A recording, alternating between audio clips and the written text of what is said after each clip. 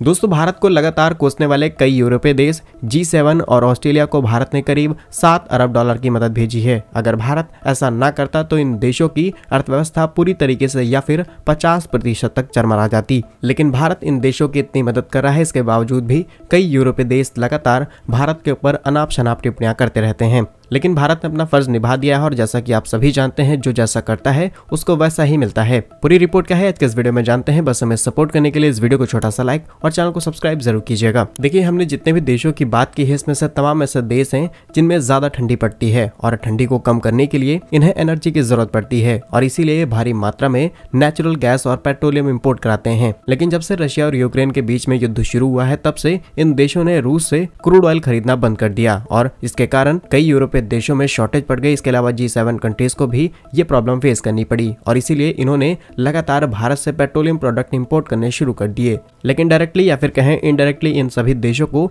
Russian crude oil ही Bharat refine करके export कर रहा था। इतनी ज्यादा डिमांड यूरोप के अंदर बढ़ने लगी कि पिछले 13 महीनों में भारत ने सबसे ज्यादा पेट्रोलियम प्रोडक्ट यूरोप के अंदर एक्सपोर्ट किया है और आंकड़ों के मुताबिक भारत ने अब तक करीब 7 अरब डॉलर के पेट्रोलियम प्रोडक्ट इन देशों को एक्सपोर्ट कर दिए हैं। इन सभी देशों ने भारत को पूरी तरीके से धन्यवाद किया है। इसके अलावा फिनलैंड बेस्ड एक रिसर्च ऑर्गेनाइजेशन जिसका नाम है research on energy and clean air, इसने रिपोर्ट में पब्लिश किया कि अगर भारत इन देशों को पेट्रोलियम प्रोडक्ट एक्सपोर्ट ना करता तो इन देशों की लिस्ट में शामिल कई देशों की अर्थव्यवस्था पूरी तरीके से खराब हो सकती थी। और आप ये बात जानकर के हैरान हो जाएंगे कि इसमें कई ऐसे देश हैं जिनके घरों में सिर्फ क्रूड ऑयल के बेसिस पर ही एनर्जी पहुंच पा रही थी और अगर भारत ऐसा ना करता तो कई घरों में खाना तक नहीं बन सकता था। और खाना अगर आप किनारे भी कर दें, इसके अलावा फैक्ट्रीज, इंडस्ट्रीज, कई तरीके के बड़े बड़े ऑपरेशंस पूरी तरीके से शट डाउन हो जाते हैं। लेकिन भारत ने सही समय पर मदद भेज करके इन देशों की मदद की है और रूस पर लगे प्रतिबंध के बावजूद भी भारत ने रूस से करीब 3.04 अरब यूरोस का कच्चा तेल आयात किया है, जिसे रिफाइन करके भारत की तरफ से